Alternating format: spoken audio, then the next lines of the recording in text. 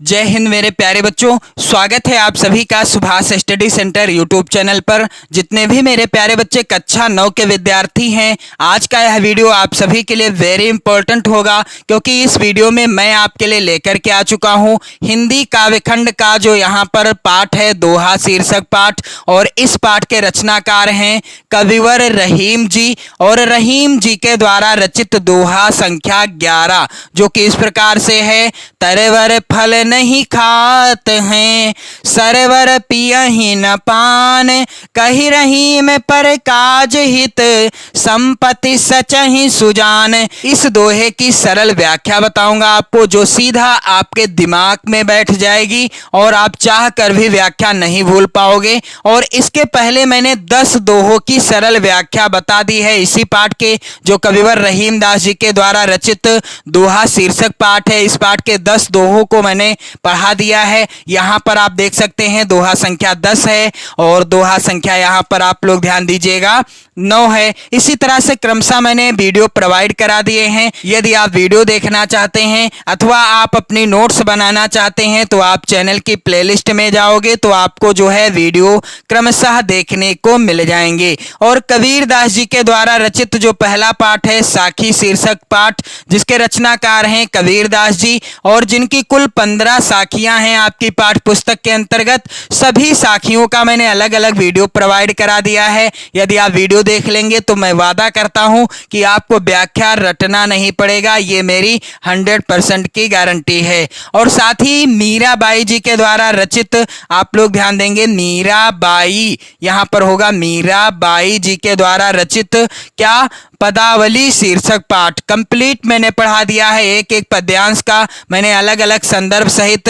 व्याख्या और काव्य सौंदर्य बता दिया है। यदि आप वीडियो देखना चाहते हैं या अपनी नोट्स बनाना चाहते हैं तो आप चैनल की प्लेलिस्ट में जाओगे, वहां पर आपको क्रमशः वीडियो देखने को मिल जाएंगे। तो यहाँ पर आप ध्यान देंगे, किसी भी पद्यांश का जब हम संदर्भ लिखते हैं तो सबसे पहले क्या करते हैं, उसके शुरुआत के शब्दों को, जैसे यहाँ पर क्या है, तरवर फल, इस तरीके से काले पेन से लिख दिया जाता है। फिर इस तरीके से करने के बाद अंतिम के शब्द को लिख दिया जाता है सुजान। अंतिम का शब्द क्या है, सुजान। इसके बाद हेडिंग डाली जाती है संदर्भ, काले पेन से हेडिंग डालना है संदर्भ। क्या होगा संदर्भ, प्रस्तुत दोहा हमारी पाठ्य पुस्तक हिंदी के काव्य खंड में संकलित दोहा शीर्षक पाठ से उद्धृत है, जिसके रचयिता कौन हैं, रहीम दास जी हैं। मेरे प्यारे बच्चों, संदर्भ लिखते समय आप इन चीजों का भी ध्यान रखेंगे, क्या कि जब भी आप संदर्भ लिखें, प्रस्तुत दोहा हमारी पाठ पुस्तक हिंदी आप काले पेन से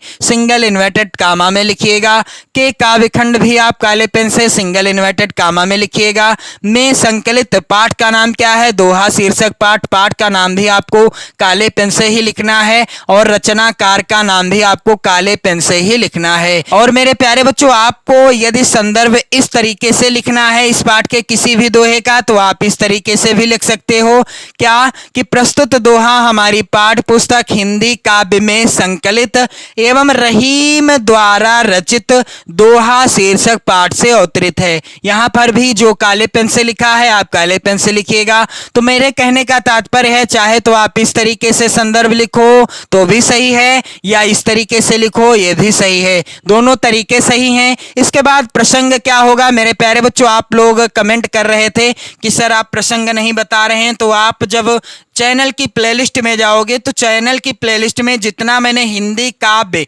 2023-2024 शैक्षिक सत्र के दौरान पढ़ाया है, सभी का मैंने एक एक पद्यांश का प्रसंग बताया है। आप लोग चैनल की प्लेलिस्ट में जाइए, आपको प्रत्येक वीडियो का प्रसंग भी देखने को मिलेगा, जो पद्यांश हैं उनका। तो यहाँ पर प्रस्तुत दोहे में कवि ने परोपकार की महत्ता को समझाया है, कविवर रहीम दास जी ने परोपकार की महत्ता को प्रस्तुत दोहे के अंतर्गत समझाया है। तो चलिए मैं आपको पहले तो सरल व्याख्या बताऊंगा, फिर मैं आपको बताऊंगा कि आप व्याख्या और काव्य सौंदर्य कैसे लिखोगे।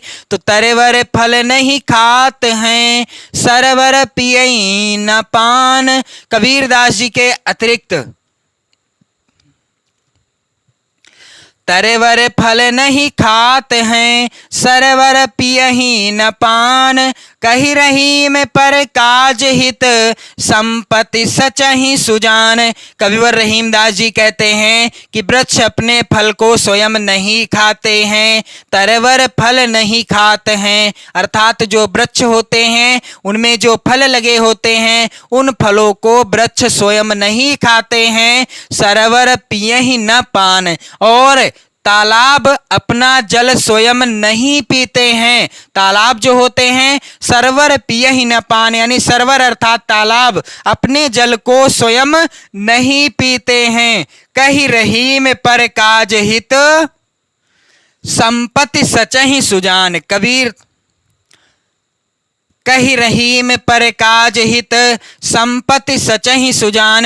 कविवर रहीमदास जी कहते हैं ठीक इसी प्रकार से जो बुद्धिमान लोग होते हैं वह परोपकार के लिए ही संपत्ति का संचय करते हैं, वह अपने लिए संपत्ति का संचय नहीं करते। कही रहीम पर काज हित, संपत्ति सचहि सुजान, अर्थात जो बुद्धिमान लोग होते हैं वह संपत्ति का जो है संग्रह किसके लिए करते हैं, यानी संपत्ति का संचय किस लिए करते हैं, वह दूसरों के लिए करते हैं, परोपकार के लिए करते हैं। तो चलिए मैं आपको बता दूं व्याख्या आपको कैसे लिखना है। तो यहां पर आप लोग ध्यान दीजिएगा मेरे प्यारे बच्चों, आप काले पेन से हेडिंग डाल देंगे व्याख्या, लाल पेन से आप मत लिखिएगा, काले पेन से हेडिंग डालिएगा। इसके बाद यहां पर क्या हो जाएगी व्याख्या, तरवर फल नहीं खाते हैं, सरवर पियहि न पान। कविवर रहीमदास जी कहते हैं कि वृक्ष अपने फल स्वयं नहीं खाते हैं, तरवर फल नहीं खाते हैं,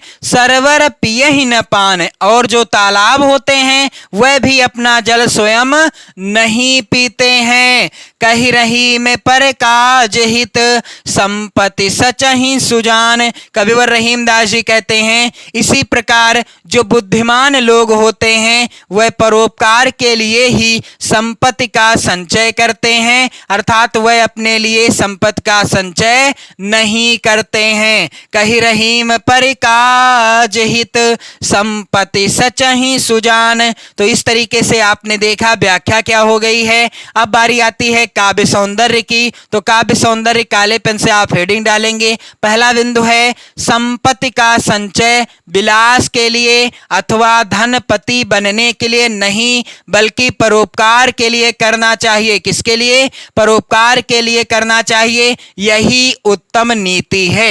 अगला है बिंदु भाषा। तो मैंने आपको बताया था कि कविवर रहीमदास जी के द्वारा रचित दोहा शीर्षक पाठ के अंतर्गत जितने भी दोहे हैं सभी दोहों की भाषा क्या है, ब्रज भाषा है। और रस यहाँ पर भी कौन सा रस है, शांत रस है। और यहाँ पर छंद कौन सा है, दोहा छंद है। दोहा शीर्षक पाठ के अंतर्गत सभी दोहे किस छंद में हैं, दोहा छंद में ही अवतरित हैं, यानी रचित हैं। अलंकार यहाँ पर कौन सा है, अनुप्रास अलंकार है। तो मेरे प्यारे बच्चों आप लोग वीडियो को शेयर कर देना, लाइक कर देना, अपने प्यारे प्यारे कमेंट भी करते रहना। इसके बाद मैं आपके लिए वीडियो में लेकर के आऊंगा कविवर रहीम जी के द्वारा रचित दोहा संख्या 12, रहीमन देखि बड़ेन को लघु न दीजिए डार, जहां काम आवे सुई कहां करें तरवार। तो यहाँ पर इस दोहे का मैं आपको अगले वीडियो में संदर्भ, प्रसंग, व्याख्या और काव्य सौंदर्य बताऊंगा। तो आप लोग वीडियो शेयर कर देना, लाइक कर देना। पढ़ते रहें, मस्त रहें, स्वस्थ रहें। जय हिंद।